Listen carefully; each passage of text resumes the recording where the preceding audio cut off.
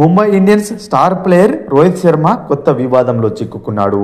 IPL 2025లో భాగంగా Lucknow super జెయింట్స్తో మ్యాచ్కు ముందు సిద్ధమవుతున్న క్రమంలో రోహిత్ లక్నో మెంటర్ అయిన జహీర్ ఖాన్తో పర్సనల్ విషయాలు మాట్లాడుకున్న వీడియో ఒకటి బయటకు వచ్చింది.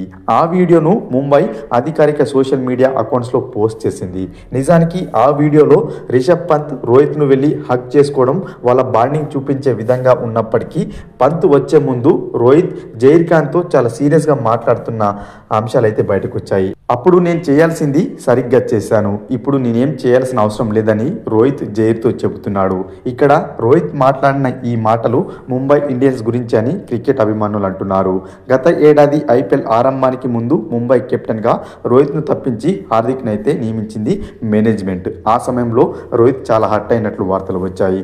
ముంబై టీం నుంచి కూడా బయటకు వస్తాడని వార్తలు వచ్చినప్పటికీ అతను ఆ జట్టుతోనే కొనసాగాడు. అయినప్పటికీ ఇప్పటికీ రోహిత్కు ముంబై జట్టు పైన ఆగ్రహం తగ్గలేదని ఈ మాటలు బట్టి అర్థమవుతుంది.